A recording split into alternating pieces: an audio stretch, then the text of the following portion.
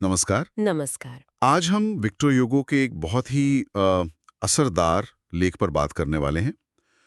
Claude ग्यूक्स, एक अपराधी का लेखा-जोखा, ये नाम है।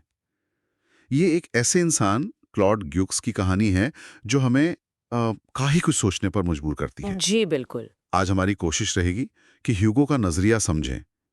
मतलब कैसे समाज या गरीबी या फिर जो हमारी न्याय व्यवस्था है, वो किसी की जिंदगी को, उसके फैसलों को कैसे बदल सकती हैं। हाँ बिल्कुल। कैसे ये सब चीजें आकार देती हैं। तो चलिए इस कहानी को और इसके पीछे जो सामाजिक संदेश है उसे परत दर परत खोलते हैं। हम्म।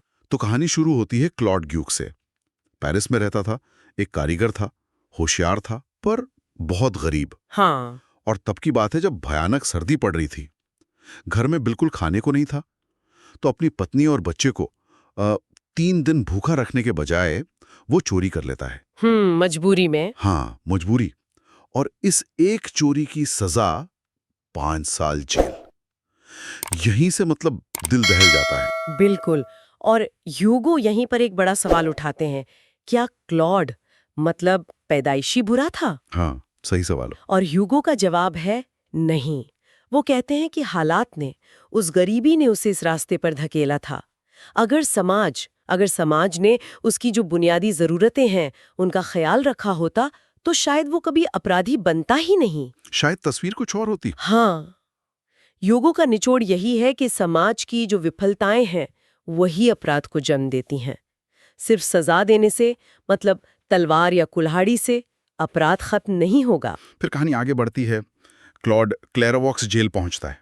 वहां अपने सीधे साधे व्यवहार और समझदारी की वजह से वो जल्द ही बाकी कैदियों में मशहूर हो जाता है। हाँ, लोकप्रिय हो जाता है। लोग उसका आदर करने लगते हैं। हाँ। जैसे एक तरह से वो उनका अनकहा नेता बन जाता है। हाँ, और यही लोकप्रियता जेल के इंस्पेक्टर को पसंद नहीं आती। वो उसे कांटे की तरह चुभने लगती है। अच्छा। ह्यूगो इस इंस्पेक्टर को एक अड़ियल, बेरहम और मतलब बिना तर्क के चलने वाले इंसान की तरह दिखाते हैं। ये साफ दिखाता है कि कैसे ताकतवर लोग अपनी हैसियत का गलत इस्तेमाल करते हैं सिर्फ इसलिए क्योंकि कोई और उनकी नजर में उठ रहा है। ईर्ष्या। बिल्कुल, ईर्ष्या और सत्ता का नशा। इसी मुश्किल माहौल में क्लॉड की दोस्ती एल्बीन नाम के एक नौजवान कैदी से हो जाती है। हुआ ये कि क्लॉड को जेल का राशन पूरा नहीं पड़ता था, तो एल्बीन अपना खाना उसके साथ बांटता था। एक सहारा बन गया। हाँ, उनका रिश्ता एक जैसे पिता बेटे जैसा गहरा हो जाता है। जेल की उस बेरंग कठोर दुनिया में एल्बीन ही क्लॉड का एकमात्र सहारा था। और ये दोस्ती क्लॉड के अंदर के इंसान को, उसकी इंसानियत को जिंदा रखती है। लेकिन देखिए विडंबना, यही चीज इंस्पेक्टर की नफरत का अगला निशाना बन जाती है। ओह। उसे क्लॉड को तड़पाने का जैसे एक और बहाना मिल जाता है। वो एल्बीन को दूसरे क्वार्टर में भेज देता है और वजह पूछने पर कहता है क्योंकि यह मेरी इच्छा थी। बस इतना? अपनी जिद? हाँ, सिर्फ अपनी जिद पूरी करने के लिए। सोचिए। क्लॉड तो टूट जाता है बिल्कुल। वो गिड़गिड़ाता है, इंस्पेक्टर को समझाने की बहुत कोशिश करता है कि एल्विन उसके लिए क्या मायने रखता है। मिन्नतें करता है। यहाँ तक कि वो 4 नवंबर की तारीख देकर चेतावनी भी देता है कि अगर एल्विन वापस नहीं आया तो कुछ बुरा होगा। पर इंस्पेक्टर पर कोई असर नहीं होता, टस से मस नहीं होता। कोई असर नहीं। यहाँ पर एक व्यक्ति का जो अहंकार है और पूरी व्यवस्था की जो संवेदनहीनता है वो आमने सामने आ जाती है। इंस्पेक्टर की जिद क्लैड को उस अंधेरी खाई में धकेल देती है जहां उसे लगता है कि अब कोई रास्ता बचा ही नहीं है। वो पूरी तरह हताश हो जाता है।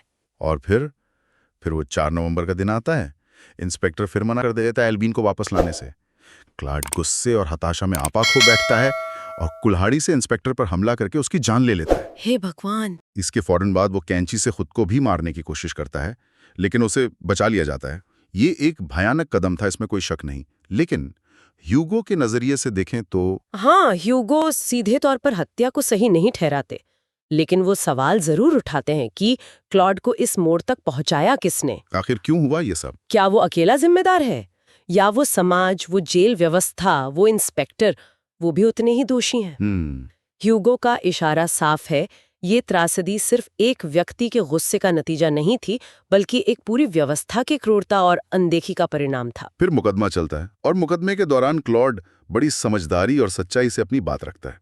वो जूरी से पूछता है, मैंने चोरी क्यों की थी और मुझे हत्यारा किसने बनाया? सीधा सवाल। हाँ, वो बताता है कि कैसे इंस्पेक्टर ने उसे लगातार तंग किया उसके परिवार का मजाक उड़ाया और उसका एकमात्र सहारा एल्बीन वो भी छीन लिया। लेकिन कानून इन अदृश्य घावों को, इस मानसिक पीड़ा को कहाँ तवज्जो देता है? सही बात है। जूरी उसे दोषी पाती है और मौत की सजा सुना देती है। हो ह्यूगो इस पूरी घटना को आधार बनाकर उस वक्त की न्याय प्रणाली पर और खासकर ये जो मौत की सजा है उस पर कड़ा प्रहार करते हैं।